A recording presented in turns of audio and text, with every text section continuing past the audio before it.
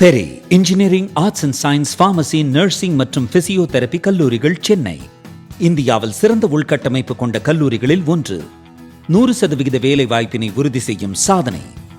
ஆயிரக்கணக்கான பிற கல்லூரி மாணவர்களுக்கும் வேலை தந்த பெருமை. பெரி, எங்கள் கண்களில் உங்கள் கனவுகள்.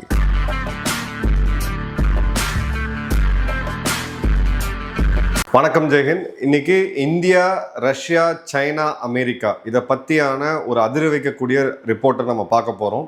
ரெண்டு முக்கியமான சம்பவம் நடந்துட்டு இருக்கு உலகத்தில். ஒன்று, அமெரிக்க அதிபர் ட்ரம்ப் பீஜிங்கில் ஷி ஜின்பிங்கை சந்திக்கிறாரு. இன்னொன்று, ரஷ்யாவுடைய வெளியுறவுத்துறை அமைச்சர் மற்றும் பிரிக்ஸோடைய வெளியுறவுத்துறை அமைச்சர்கள் எல்லாருமே இந்தியாவுக்கு வந்திருக்கிறாங்க. ரஷ்ய வெளியுறவுத்துறை அமைச்சரும் நமது வெளியுறவுத்துறை அமைச்சரும் ஒரு சந்திப்பை நடத்திருக்காங்க டெல்லியில். ஏன்னா இது ரெண்டுமே ரெண்டு டிஃப்ரெண்ட் பவர் பிளாக்கு, ஒன்றுக்கு ஒன்று ஓவர்லேப் ஆகக்கூடியது.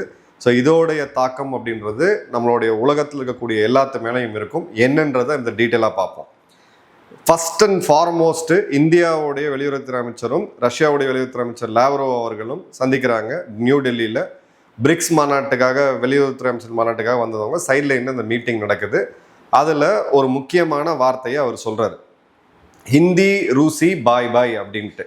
அதாவது இந்தியாவும் ரஷ்யாவும் சகோதரர்கள் அப்படின்றது. இது யார் முதல்ல பயன்படுத்தினாங்கன்னா 1955 நவம்பர் மாதம் பெங்களூர் வந்தார் அன்றைய ரஷ்ய அதிபர் குருஷேவ். அவர் தான் முதல்ல இதை பயன்படுத்தினார், இரண்டு நாடுகளும் சகோதரர்கள் அப்படின்ட்டு. இப்போ மீண்டும் அவங்க சொல்றது என்ன அப்படின்னா, Hindi Russi bhai bhai, this is just not a fun slogan to chant, it has become part of our culture அப்படின்றத இவர் மே 13 சொல்றாரு. இது வந்து ஜஸ்ட் ஒரு வேடிக்கை, ஒரு ஜாலியான வசனம் கிடையாது, இது எங்களுடைய கலாச்சாரம் அப்படின்றாரு. ஸோ இந்திய ரஷ்ய உறவு எந்த இடத்துலையுமே தோய்வென்றி போகும். சில இடத்துல டிப்ஸ் வரும். நாம் ஒரு ப்ரோ யூஎஸ் ஸ்டாண்ட் எடுக்கும்போது அவங்க பாகிஸ்தானுக்கு சும்மா ஒரு லைட்டாக ஒரு ஆதரவு கொடுக்குற மாதிரி இந்த இதெல்லாம் பண்ணுவாங்க. பட் ஓவராலாக ஒரு ஸ்டேபிளான ரிலேஷன் 1955 ஒரு நாடுகிட்ட இருக்குது அப்படின்னு பார்த்தீங்கன்னா ரஷ்யா தான் ஃபஸ்ட்டு. ரெண்டாவது ஃப்ரான்ஸ், அதையும் நம்ம மறந்துடக்கூடாது. ஸோ இந்த ஹிந்தி ரூசி பாய் பாய் அப்படின்ட்டு இப்போ இந்த நேரத்தில் சொல்கிறது அவங்க என்ன அப்படின்னு பார்த்தீங்கன்னா, ஒரு ஸ்பெஷலான, ஒரு ப்ரிவிலேஜ்டான ஒரு ஸ்ட்ராட்டஜிக் பார்ட்னர்ஷிப் ரெண்டு நாடுகளுக்கு நடுவில் இருக்குது அப்படின்றது. இப்போ அமெரிக்கா இந்திய உறவை ட்ரம்ப் சொல்லும்போது it's a partnership of the century, இந்த நூற்றாண்டோடைய மிகப்பெரிய ஒரு கூட்டணி அப்படின்னு சொன்னார். ஆனால் இங்கே பார்த்தீங்க அப்படின்னா ப்ரிவிலேஜ் பார்ட்னர்ஷிப்னு நம்ம ஏன் சொல்கிறோன்னா, பல இடங்களில் இந்தியா தன்னோட தேவைக்கு அதிகமாக ரஷ்யாட்டேருந்து எடுப்பாங்க, பல இடங்களில் ரஷ்யாவும் தங்களுக்கு தேவைக்கு அதிகமாக இந்தியாட்டேருந்து எடுப்பாங்க. இது வந்து ஒரு ஃப்ரெண்ட்ஸ் பாக்கெட்டில் ஒருத்தர் பாக்கெட்லேருந்து பணம் எடுக்கக்கூடிய ஒரு இதுன்றதை டிஃபைன் பண்ணுறோம். ஸோ ஒரு ஃபாரின் பாலிசி, ஒரு இரு நாட்டு உறவை எப்படி டிஃபைன் பண்ணுறோம் அப்படின்றத நம்ம கிளியர் கட்டாக பார்க்குறோம். ரஷ்யா உக்ரைன் வார் பிப்ரவரி 2022 ஆரம்பித்து இன்னி வரைக்கும் அமெரிக்கா மற்றும் ஐரோப்பாவுடைய பல நாட்டு அழுத்தங்களுக்கும் எந்த விதமான ஒரு அசையாமல் நாம் வந்து ஸ்டாண்டர்டாக ரஷ்யாவுக்கு எதிரான ஸ்டாண்டை எடுக்காமல் நியூட்ரல் ஸ்டாண்டில் தான் நிற்கிறோம். ரஷ்யாவுடைய அதிபர் வந்து புத்தின் இன்னொரு ஹிட்லர் கொடுங்கோலர், அவருக்கு வந்து இங்கே இருக்கக்கூடிய மோடி வந்து சப்போர்ட் பண்ணுறாருன்ற மாதிரி பல கிரிட்டிசிசம் இங்கேயே இருந்துச்சு. இப்போது இந்தியாவுடைய பைலாட்ரல் ட்ரேட் எடுத்தீங்க அப்படின்னா $10 பில்லியன் இருந்துச்சு 2019-20 ஃபினான்ஷியல் இயரில். இப்போ பார்த்தீங்கன்னா கிட்டத்தட்ட 7 மடங்கு அதிகரிச்சு 68.7 பில்லியன் இருக்கு 2024-25. இப்போது உக்ரைன் கான்ஃப்ளிக்ட்டுக்கு பிறகு டிசம்பர் 2025 ரஷ்ய அதிபர் புத்தின் இந்தியா வந்திருந்தார். மொத்த உலக மீடியாவுமே இங்கேருந்து அதை கவர் பண்ணதை நம்ம பார்த்தோம். ட்ரம்ப் அவர்கள் அதில் வந்து கொஞ்சம் பொறாமப்பட்டு சில வார்த்தைகள்லாம் அவர் பயன்படுத்தினார், அதையும் நம்ம பார்த்தோம். இப்போ லாவ்ரோவ் ஏன் சொல்கிறாரு அப்படின்னு பார்த்தீங்கன்னா 3-4 முக்கியமான விஷயங்கள் இந்த அஜெண்டாவில். இதோடைய டைட்டில் அவங்க சொல்லும் பொழுது அரசியல் கட்சிகள் சகோதரர்கள்னு சொல்லுவாங்க. நம்ம கூட பார்த்தோம், ராகுல் காந்தி அவர்கள் நம்மளுடைய முன்னாள் முதல்வர் ஸ்டாலின் சொல்லியிருந்தாரு. தோத்த அடுத்த நாள் இவன் இந்த சகோதரர்கள்லாம் மாறினதை, நம்ம அந்த டோன்லாம் மாறினதை பார்த்தோம். ஆனால் இரு நாட்டு உறவு அப்படின்னு வரும்போது 1955 குருஷேவ் அவர்கள் சொன்னது இன்னைக்கு எத்தனையோ வருடம் கழிச்சு, ஒரு 65-66 வருடம் கழிச்சு இன்னைக்கும் எதிரொலிக்குது அப்படின்றதுக்கு முக்கியமான காரணம் என்ன அப்படின்னா இதில் இருக்கக்கூடிய ஸ்ட்ரக்சர். ஸோ 2025 புத்தின் வந்துட்டு போன பிறகு அதோட ஃபாலோ அப் மீட் இது. 3 முக்கியமான விஷயங்கள் பேசுகிறாங்க: வர்த்தகம், எனர்ஜி மற்றும் லாஜிஸ்டிக்ஸ். ஏன்னா ரஷ்யாவையும் சென்னையும், விளாடிவாஸ்க் மற்றும் சென்னையும் கனெக்ட் பண்ணக்கூடிய அந்த ஷிப்பிங் ரூட் ஏற்கனவே இதாக இருக்கிறது நம்ம பார்க்குறோம். டெக்னாலஜி கோஆப்ரேஷன், குறிப்பாக நியூக்ளியர் எனர்ஜி நமக்கு ரொம்ப ரொம்ப முக்கியம். கூடங்குளம் நியூக்ளியர் பவர் பிளான்ட்டை அவங்க தான் கொண்டு வந்தாங்க, ரஷ்யா தான் கொண்டு வந்தாங்க. அடுத்தடுத்து வேறு சில முக்கியமான இடங்கள் நம்ம அதை கொண்டு வரோம். பிரிக்ஸ் கோஆர்டினேஷன், ஏன்னா 2026 பிரிக்ஸோட தலைமை பொறுப்பு அப்படின்றது இந்தியா கிட்ட இருக்கு. வளைகுடா மற்றும் ஈரானை பற்றி பேசியிருக்கிறாங்க, G20 பற்றி பேசியிருக்கிறாங்க. அதே மாதிரி மோடி அவர்கள் ரஷ்யாவோடைய இந்த வருட பயணத்துக்கான ப்ரிப்பரேஷனுக்கும் ரெடியாக வராங்க அப்படின்றத பார்க்குறோம். இப்போ ரொம்ப முக்கியமாக கவனிக்க வேண்டியது, பிரிக்ஸ் நாடுகளுடைய வெளியுறவுத்துறை அமைச்சர்கள் அனைவரும் நம்மளுடைய வெளியுறவுத்துறை அமைச்சரை சந்திச்சுட்டு நம்மளுடைய பிரதமரையும் மீட் பண்ணுறாங்க. அப்படின்ற போது மிக முக்கியமான ஒரு குளோபல் ஸ்டேட்டஸில் இந்தியாவை இந்த நாடுகள் பார்க்குறாங்க அப்படின்றத ரொம்ப தெளிவாக இங்கே வந்து இண்டிகேட் பண்ணுறோம். இப்போது ரஷ்யாவோடைய இந்தியாவுக்கும் பிரச்சனை என்ன அப்படின்னு பார்த்தீங்கன்னா ஒன்றுமே கிடையாது. ஆனால் ரஷ்யா கிட்டேருந்து ஆயில் வாங்குறத அமெரிக்கா விரும்பலை. பல பொருளாதார தடைகள் இந்தியா மேலே போட்டாங்க. 25% டாரிஃப், பெனல்டி டாரிஃப் போட்டாங்க. எல்லாமே நம்ம பார்த்தோம்.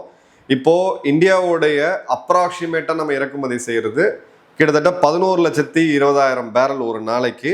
இது வந்து பார்த்தீங்கன்னா டிசம்பர் 2025 டு பிப்ரவரி 2026 இந்த 3 மாத காலத்தில் கிட்டத்தட்ட 100 மில்லியன் பேரல், நம்ம 10 கோடி பேரல் நம்ம ஆயில் வந்து இம்போர்ட் பண்ணியிருக்கிறோம். அதே மாதிரி 2024-25 நிதியாண்டில் $57 பில்லியன் மதிப்புள்ள கச்சா எண்ணெய் நம்ம அங்கே இம்போர்ட் பண்ணியிருக்கிறோம் அப்படின்றத பார்க்குறோம். அதன் பிறகு ஆகஸ்ட் 2025 ட்ரம்ப்போட அந்த 25% டாரிஃப் வருது. கிட்டத்தட்ட ஜனவரி வரைக்குமே, ஆல்மோஸ்ட் பிப்ரவரி மார்ச் வரைக்குமே இந்த ஆயில் எக்ஸ்போர்ட் அப்படின்றது கொஞ்சம் கம்மியாச்சு. ஏன்னா ரஷ்யாவோட டிஸ்கவுண்ட்ஸ் கம்மியாச்சு. ஸ்பாட் ரேட்டில் எங்கே சீப்பாக இருக்குதோ அங்கே போய் வாங்கினாங்க. ஸோ நாமளும் நம்ம வந்து சவுதி, UAE, நைஜீரியா போன்ற நாடுகள், கனடா போன்ற நாடுகள் இவங்ககிட்ட வந்து நம்ம கச்சா எண்ணெயை வந்து அதிகப்படுத்தணும் அப்படின்றத பார்க்குறோம். ஸோ இந்த இடத்துல தான் ரொம்ப முக்கியமாக நம்ம பார்க்கக்கூடியது டிஃபென்ஸ் கோஆப்ரேஷன். பிரம்மோஸ், S-400, அடுத்து வரக்கூடிய S-500, Su-30 MKயோடைய மாடர்னைசேஷன், நம்மளுடைய கூடங்குளம் நியூக்ளியர் பவர் பிளான்ட்டு, அதே மாதிரி நம்மளுடைய டிஃபென்ஸ் டைவர்சிஃபிகேஷன், இது எல்லாத்துலேயுமே ரஷ்யா நமக்கு ரொம்ப ரொம்ப ஒரு மிக முக்கியமான பார்ட்னர். அதே மாதிரி பார்த்தீங்க அப்படின்னா வால்டை கிளப் அப்படின்ற ஒரு திங்க் டேங்க் டிசம்பர் 2025 அவங்க என்ன சொன்னாங்கன்னா, இவ்வளோ அழுத்தத்துக்கு பிறகும், அமெரிக்காவுடைய அழுத்தத்துக்கு பிறகும் இந்தியா ரஷ்யாவுடைய நட்பை கைவிடாதது அவங்களுடைய ஸ்ட்ராட்டஜிக் அட்டானமியை பறைசாற்றுது அப்படின்னு சொல்லியிருந்தாங்க. CFRோடைய மஞ்சாரி சாட்டர்ஜி அவர்கள் பிப்ரவரி 2026 ஒரு ஆர்டிகிள் பப்ளிஷ் பண்ணியிருந்தாரு.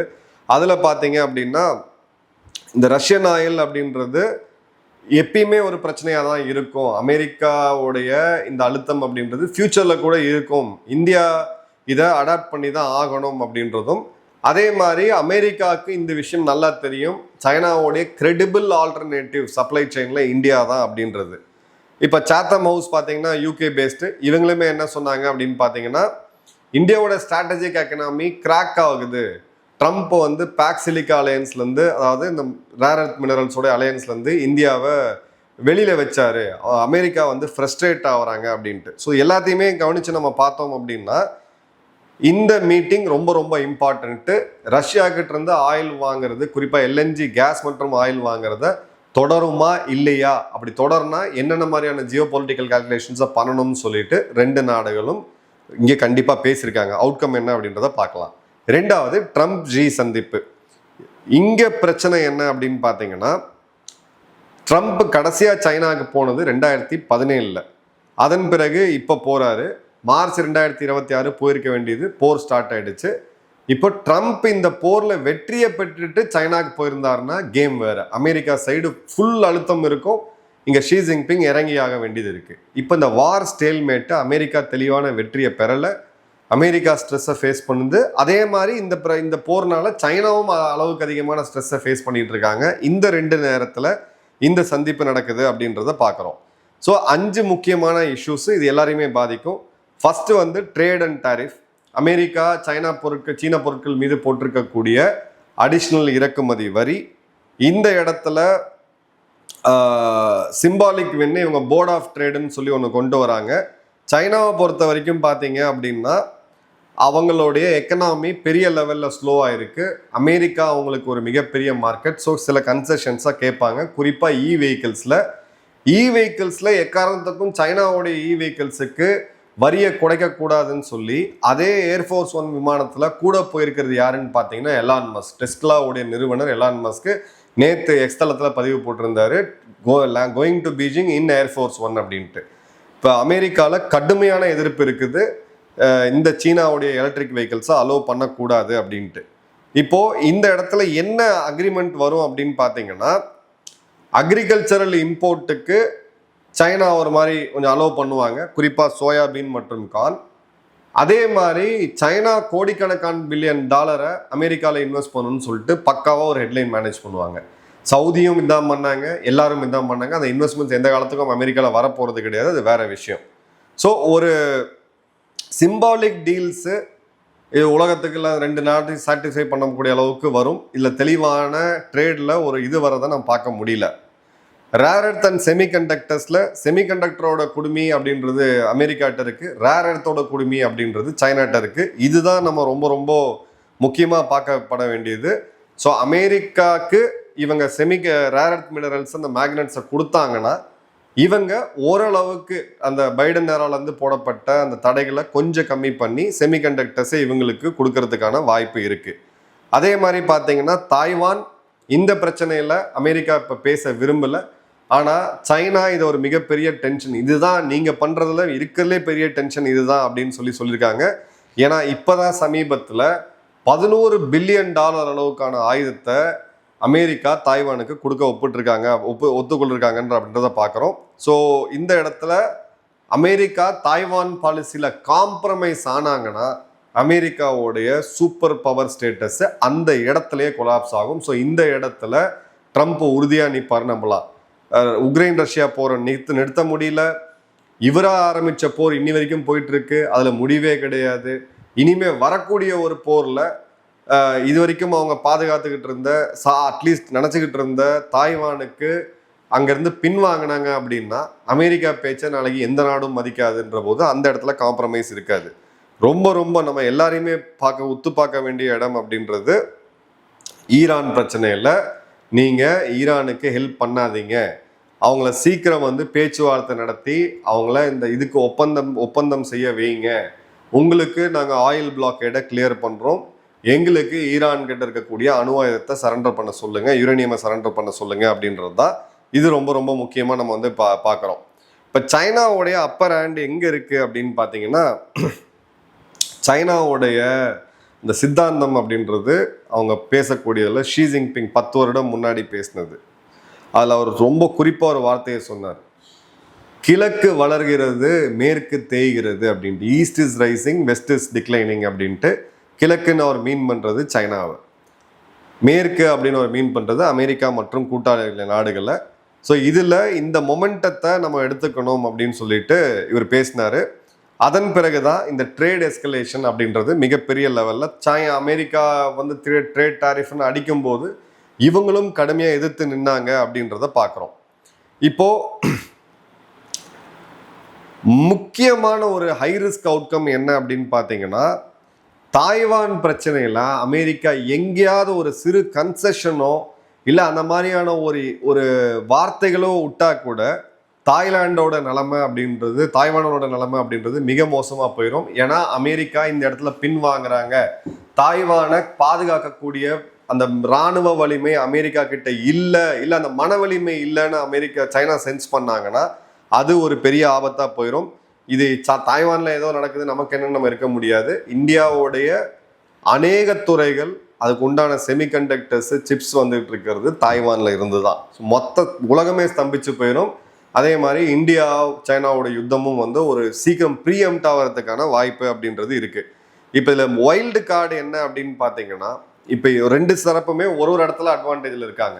ஆனால் 2 தரப்புமே வீக்காக இருக்கக்கூடிய ஒரு இடம் அப்படின்னு பார்த்தீங்கன்னா, குறிப்பாக அமெரிக்காவுடைய அந்த வீக்னஸ் அப்படின்றது இங்கே நம்ம கிளியராக பார்க்கக்கூடியது தாய்வான், ஸ்ட்ரெய்ட் ஆஃப் ஹார்மஸ், குறிப்பாக ஈரானில். இங்கே தான் என்ன பிளே அவுட் பண்ண போகிறாங்க அப்படின்றத பார்க்குறோம்.